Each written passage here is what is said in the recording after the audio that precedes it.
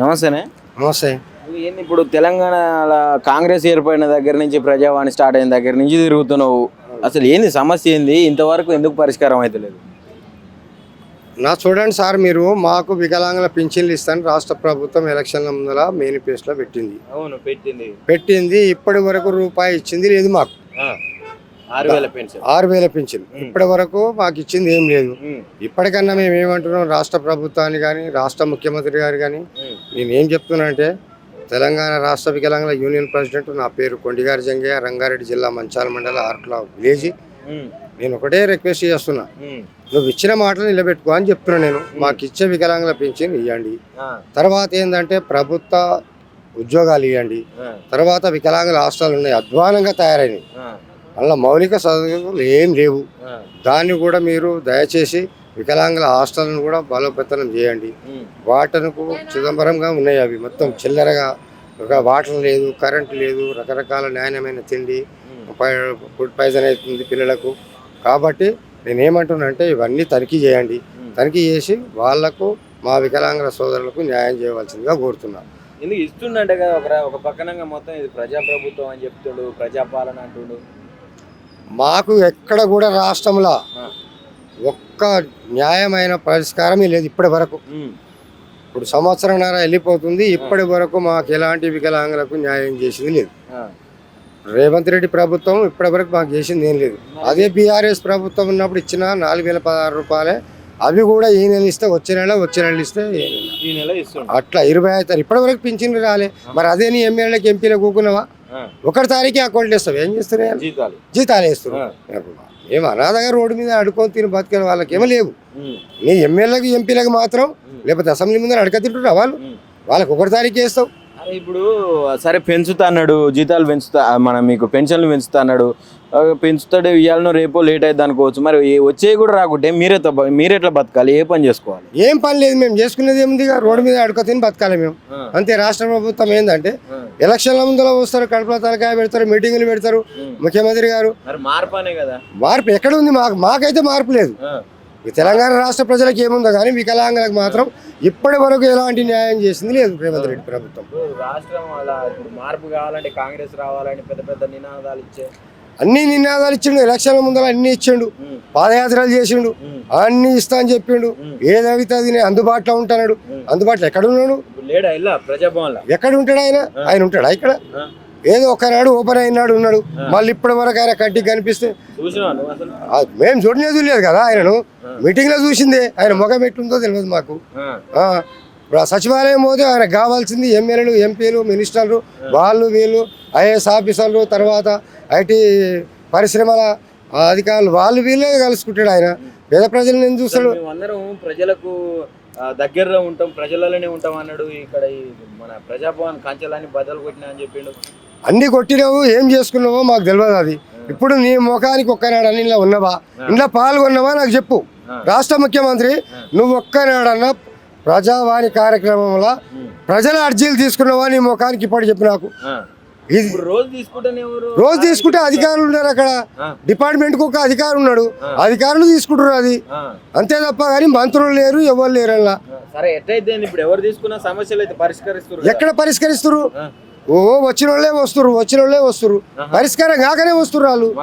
మళ్ళా డబల్ ఏం చెప్తారు అసలు? ఏం చెప్తారు? ఇచ్చిన కాగితాలు తీసుకుంటారు, వాళ్ళు ఏం చేసుకుంటారు ఏం కథలో మాకు తెలియదు. వికలాంగుల సమస్యమే ఎన్నిసార్లు కొట్లాడినా చిన్నారెడ్డి సార్ తోటి, దివ్య మేడం తోటి ఎంత చెప్పినా కానీ చేస్తాం అంటున్నారు. సెక్రటరియట్లో పోతే నువ్వు అపార్ట్మెంట్ ఇవ్వవు, మరి వికలాంగులు ఓట్లు ఎందుకు వేయించుకున్నావు? బతిలాడి నియోజకవర్గం మొత్తం తిరిగి మీకు దండం పెడతా తమ్మి, ఎందుకు వేయించుకున్నావు? నువ్వు ఎందుకు సీఎం అయినావు? మమ్మల్ని మోసం చేస్తాను కానీ అయ్యింది ఏం లేదు. నేను చెప్తా ఉన్నా కదా, జబర్దస్త్ నువ్వు పెట్టుబడి చేస్తున్నావు. ఉదాహరణ నేను చెప్తున్నా, రాష్ట్ర ప్రభుత్వాలు నేను చెప్పాల్సింది ఒకటే, ఐటీ కంపెనీ పెడుతున్నావు. సరే 1000 మంది ఉన్నారు, 1000 మంది కార్మికులు పనిచేస్తారు. మరి ఒక 100 మంది వికలాంగులకు అవకాశం ఇవ్వచ్చు కదా. మేము కూడా ఓట్లు వేసినాం కదా, చిన్నపాటి పని చూపించచ్చుగా మాకు. మరి అది ఎందుకు చూపిస్తావు నువ్వు చెప్పు నాకు. రాష్ట్ర ముఖ్యమంత్రి గారు నువ్వు 1000 మంది కార్మికులు అంటే 100 మంది వికలాంగులను జాయిన్ చేసుకోవచ్చు కదా. నువ్వు అగ్రిమెంట్ చేసుకున్నావు, నువ్వు కంపెనీతో అగ్రిమెంట్ చేసుకున్నావు, వికలాంగులను కూడా పొందుపరచాలనే నీకు ఆలోచన లేదా? ఇప్పుడు ఈ వికలాంగులు కూడా ఇప్పుడు మీరు కొట్లాడుతున్నారు వికలాంగుల తరఫున వీళ్ళు కూడా పెద్ద ఎత్తున అప్పుడు ప్రచారం వల్ల భాగంగా పాల్గొన్నారు. ఇక మారాలి మొత్తం మారిపోతుంది మన బతుకులన్నీ మారుతాయి కాంగ్రెస్ రాగానే రేవంత్ రెడ్డి సీఎం కాగానే అని చెప్పి ఉరకలేసారు కదనే మొత్తం. మరి అరే నువ్వు చెప్పిన మాటలకు మేము ఉరకలేయవలసి వచ్చింది. నువ్వు చెప్పిన మాటలకు నీ మాటలు నమ్మి ఇప్పుడు మోసపోయినాం. నీ మాటలు నమ్మి మోసపోయినాం మేము. నువ్వు చెప్పిన మాటలకు నమ్మి మోసపోయినాం మేము. నమ్మిన వస్తే పుచ్చిపూరలే అన్నట్టు ఒక్కటి లేదు. వికలాంగులకు చేసినట్టు ఉంటే ఒక్కటి కూడా లేదు మాకు. మిమ్మల్ని పక్కన పెట్టి ఇప్పుడు రాష్ట్ర ప్రజలకన్నా రాష్ట్ర ప్రజల గురించి మాకే అవసరం సార్. మా సమస్య మేము అనాథలుగా ఉన్నాము. వాళ్ళకి చేస్తారు మాకు చేస్తలేరు అనేది ఏమన్నా? మేము వాళ్ళ గురించి మాట్లాడడం. మాకు ఇప్పటికీ నయా పైసా పని చేసినాడు కాదు నువ్వు. రాష్ట్ర ప్రభుత్వం కానీ రాష్ట్ర ముఖ్యమంత్రి కానీ కనీసం నువ్వు వికలాంగుల సంఘాలను పిలిచి మీ సమస్యలు ఏంది అని అడిగిన పాపను ఇవ్వలేను. మరి అప్పుడు ఇప్పుడు తీసుకుంటే 4,000 వస్తాయి వికలాంగులకు. వచ్చేసారి ఇప్పుడు నేను రాగానే తీసుకుంటే ఒక నెల ఆగితే మొత్తం 6,000 పెన్షన్ ఇస్తా అని చెప్పిండు కదా. 6,000 పింఛన్ లేదు, ఏది లేదు. ఇప్పుడు ఇచ్చే పింఛనే వచ్చే ఈ నెల పైసలు వచ్చే నెల, మళ్ళీ వచ్చే నెల పైసలు మళ్ళీ వచ్చే నెల. ఇప్పటి వరకు మాకు పింఛన్లు లేవు.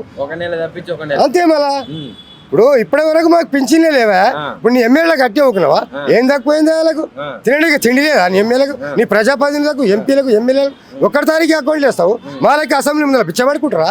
నీ ఎమ్మెల్యేలు, ప్రజాప్రతినిధులు, ఎంపీలు నీకు 1 తారీఖు ఎందుకు వేస్తున్నావు? వాళ్ళకు నీకు 1 తారీఖు ఎందుకు వేస్తున్నావు? మేము అనాథలం ఉన్నాం, మాకు ఆదుకోవేందుకు నువ్వు? మరి మాకైతే మంచిగా లేదు ఈ ప్రభుత్వం. గద్దె దింపుడే ఖాయం. మేము ఏ పార్టీ వాడు మాట్లాడమంటే నేను మాట్లాడలే. రాష్ట్ర వికలాంగుల యూనియన్ ప్రెసిడెంట్ను కాబట్టి దేశంలో నరేంద్ర మోడీ కూడా 3 తారీఖున 3% రిజర్వేషన్ కొట్టాలి 4% చేయించినాం ఢిల్లీలో. వారం రోజులు మేము అక్కడనే ఉన్నాం. రైళ్లను బంద్ చేసినాం, బస్సులను బంద్ చేసినాం. ఇండియాలో ఆల్ ఇండియాలో ఉన్నాం. ప్రతిపక్ష పార్టీలు మొత్తం మద్దతు ఇచ్చినాయి, మాకు విద్యార్థి సంఘాలు మద్దతు ఇచ్చినాయి. ఇప్పుడు అదే గతి నీకు సీఎం రేవంత్ రెడ్డి నీకు ఆ గతి ఖచ్చితంగా చూపిస్తాం. సినిమా చూపిస్తాం. ఐమాక్ టాక్స్ నీకు ఖచ్చితంగా ఐమాక్స్ టాక్స్ నీకు సినిమా చూపించకపోతే నా పేరు కొండి గారి జంగయ్య కాదు.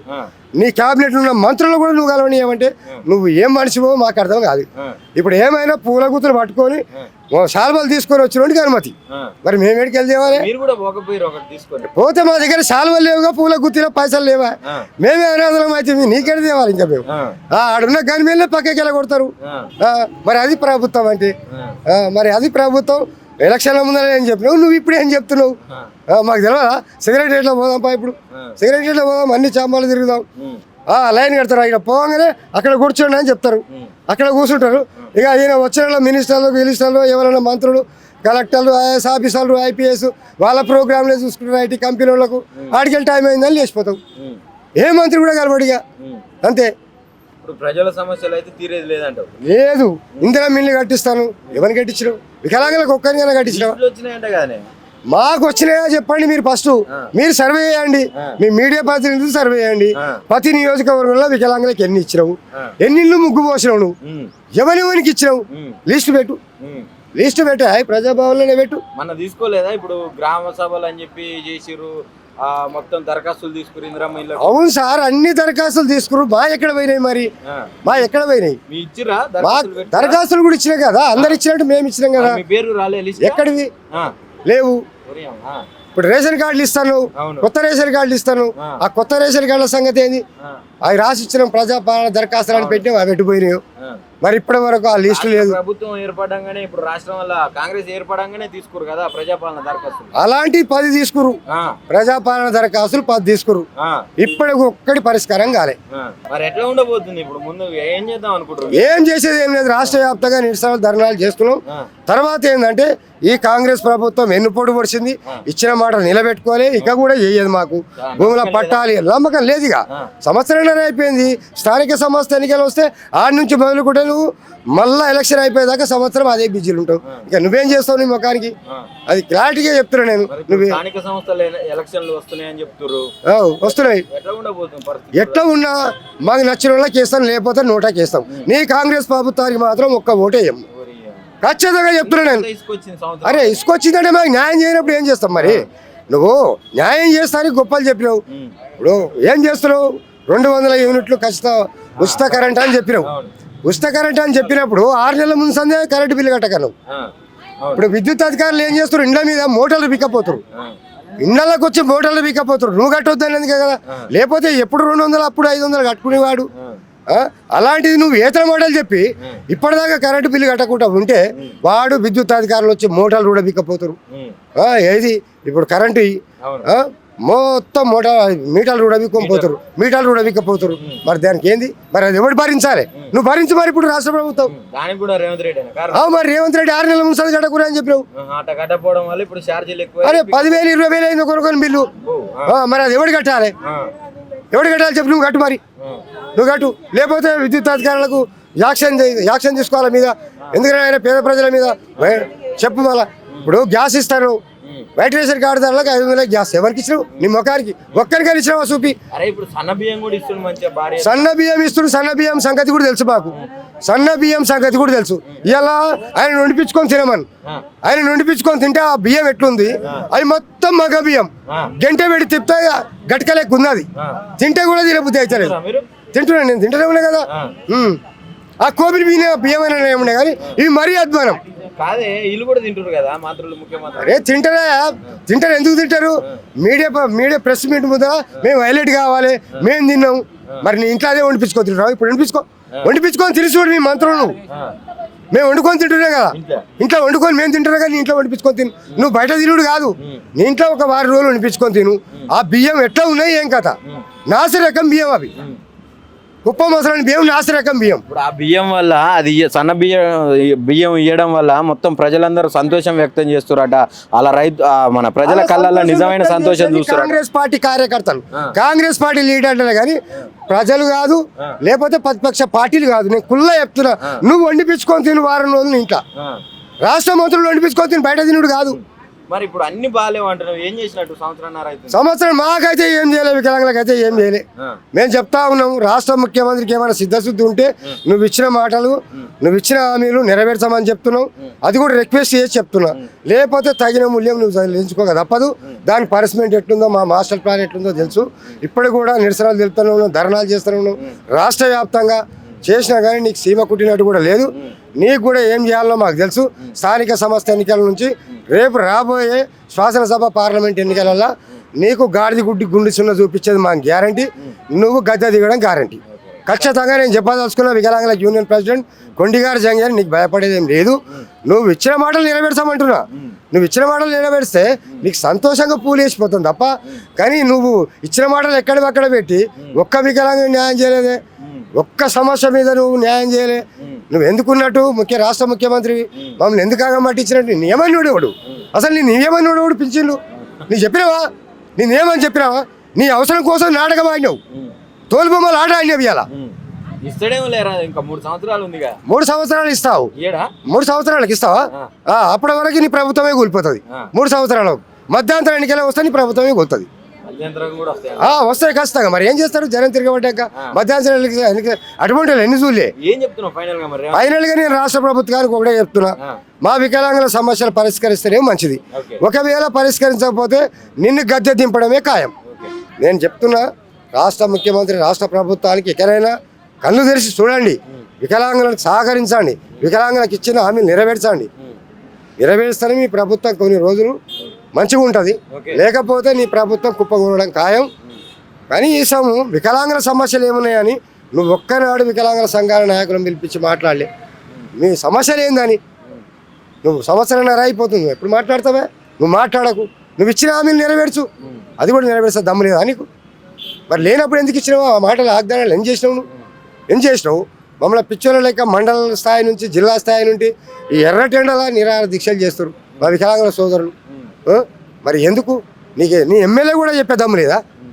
నీ ఎమ్మెల్యే, స్థానిక ఎమ్మెల్యే కూడా నియోజకవర్గం వల్ల కూర్చుంటే నిరాహార దీక్ష చేస్తుంటే ఎమ్మెల్యే కూడా వచ్చి సానుభూతి చెప్పడానికి దమ్ము లేదా? అంటే ఓట్లప్పుడు వస్తావా? ఓట్లప్పుడు ఎమ్మెల్యే గారు ఇంటింటికి వచ్చి కాలు మొక్తావా? నువ్వు ప్రజల కాలు మొక్తావు, అప్పుడు గదా పట్టుకుంటావు, దండం పెడతావు అన్నా అని. మరి ఇప్పుడెక్కడ పోయారు నీ ఎమ్మెల్యేలు? బెంజ్ కార్లు వేసుకొని హైదరాబాద్లో, బంజారాహిల్స్, ఫిలింనగర్లో మొత్తం ఏసీల కింద పన్నారు. ఇప్పుడు ఎలక్షన్ వస్తున్నాయంటే ఉరికొస్తారు. అది కూడా లోకల్లో 4 బోకర్గాళ్ళు ఉంటారు, పార్టీకి 4 బోకర్గాళ్ళు ఉంటారు. వాళ్ళ ఇళ్ళలో పోయి తినాలి, తాగాలి, ఆడికెళ్ళి జంపు.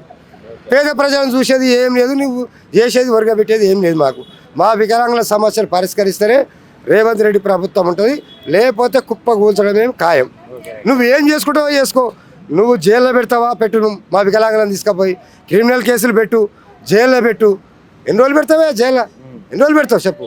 నీకు దమ్ము లేక జైల్లో పెట్టవలసిందే, కానీ దమ్మున్నోడవైతే వికలాంగుల సమస్యలు పరిష్కరించాలి, దమ్ము లేనివాడవైతే జైల్లో పెట్టాలి, అంతే.